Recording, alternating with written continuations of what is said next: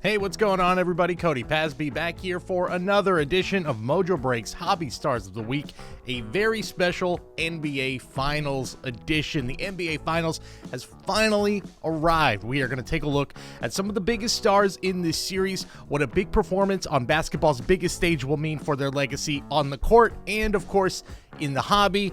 Plus, we're going to talk about one guy that, even though he's not in the finals, we just can't escape him. So let's talk about it. First up, the Robin to Giannis's Batman. That would be Khris Middleton of the Milwaukee Bucks. You know, I think there's been a reputation about this guy that he's almost like a poor man's Scottie Pippen, the sidekick to the superstar. Definitely is simplifying things a little bit, but Khris Middleton has always been that guy who has been the second guy to Giannis and is a good player, but I don't know if any fan would go out of their way to call Khris Middleton one of the best in all of basketball. Well, since Giannis got hurt, he has tried his best to change that narrative. Leading into the season, I think there was some legitimate criticism about the way that the Bucks handled their roster going into the 2021 year.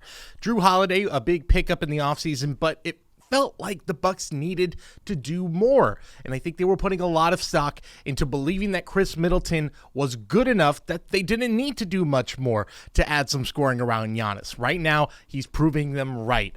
Is he going to be able to do this through the NBA Finals against a tough team like the Phoenix Suns? I don't know. His career numbers are good, but again, not jumping off the page at you. In terms of his value in the hobby, I'm not sure there's a ton, but again, if he could continue to lead this team to the promised land, it's only going to help things out, and he's basically a relative bargain right now. I think his PSA 10 base Prism rookie is floating around the 300 to 350 mark. The only downside, of course, he's played about 580 games in the NBA, 550 of which were with the Milwaukee Bucks, but of course those first 30 or so were in his rookie year in Detroit. All of his cards are him in his Detroit Pistons uniform. Not ideal for collectors, of course, but if you are looking for something of a bargain, and his value has gone up a little bit, but he's still in that area where I think that if you're looking to add him to your personal collection, now's still a good time to get it. And if he does perform big and keeps this performance up through the NBA Finals, I think you're looking at a nice time to flip him right after the finals, and he's proving that when he needs to be, he can be the top scoring option on the team, and I don't think that's anything any NBA fan could have foreseen last year, the year before, heck, 6 weeks ago. Very impressive run for Khris Middleton, and if you're looking for a bargain, maybe not a bad place to go. All right, next up, let's talk about Phoenix Suns superstar Devin Booker, who remained on the Suns despite Draymond Green saying he needed to get out of town. Love you, Draymond, but maybe not the best call there. Devin Booker has been nothing short of spectacular since he was drafted by the Phoenix Suns a few years back. He's still just 25 years old and has accomplished so much in such a short amount of time. Since his rookie season in 2017-2018, he has the 9th best points per game total among players with 150 or more games played. Better than Kawhi Leonard, Kyrie Irving, Joel Embiid, and the hobby's favorite player, Luka Doncic. Of course, that 70-point game he had a few years ago was one of his most iconic, if not his most iconic moment of his young career. Of course, becoming one of just 6 players in NBA history to score that many points in a single game. All he really needed was a deep playoff run to solidify his status as one of the best players in the NBA. Now he's got that, and he's just 4 wins away from an NBA Finals ring. When it comes to basketball collectors here in the hobby, I think Devin Booker is definitely the most intriguing name to watch. He's already had some incredible performances, especially in big games. That closeout game against the Lakers where he scored 47 points, absolutely fantastic performance by him.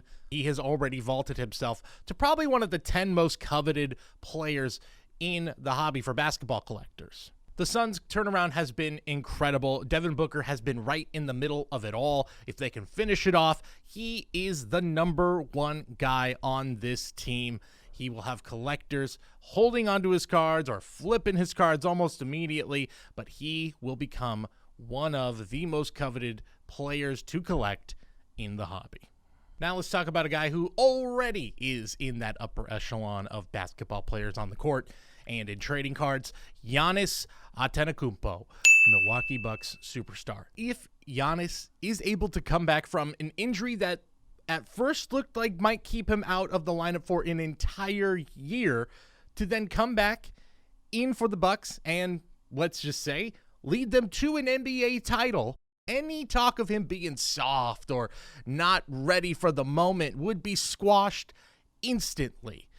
Not that he needed to be criticized, because Giannis is one of the most special players we have seen take the court in the NBA in years.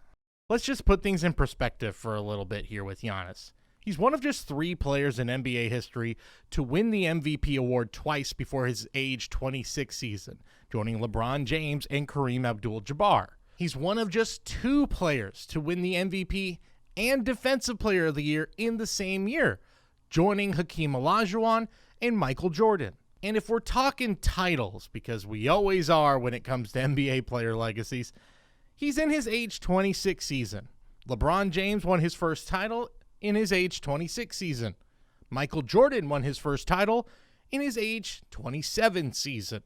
And just to show how remarkable his last few seasons has been, his offensive rating per 100 possessions from the 2017-18 season through the 2020-2021 season, 119 offensive rating and a defensive rating of 103. Compare those numbers to LeBron James through the same ages from the 07-08 season to the 10-11 season. They're almost identical. And if you really want to take it a step further, compare those same numbers to Michael Jordan from 1988-89 to 1991-92. While Michael Jordan has a better offensive rating, his defensive rating is identical. Giannis still remains one of the best players in basketball, and of course, one of the top players for basketball collectors. But of course, if you consume too much social media, you might think that this guy is not ready for the moment, or that he's not the player that everybody seems to say he is. He is that guy. I think fans tend to get a little bit ahead of themselves when judging a player's legacy, especially in the NBA. Just take a step back, realize that not everybody's going to win a title when they're 21 or 22 years old. And anybody thinking about flipping Giannis before the finals or after the finals, if he can win it, that's a guy that you maybe want to hang on to for a long, long time. And finally, let's talk LeBron James. I know it's the NBA Finals, and there's finally a chance to not talk about LeBron James.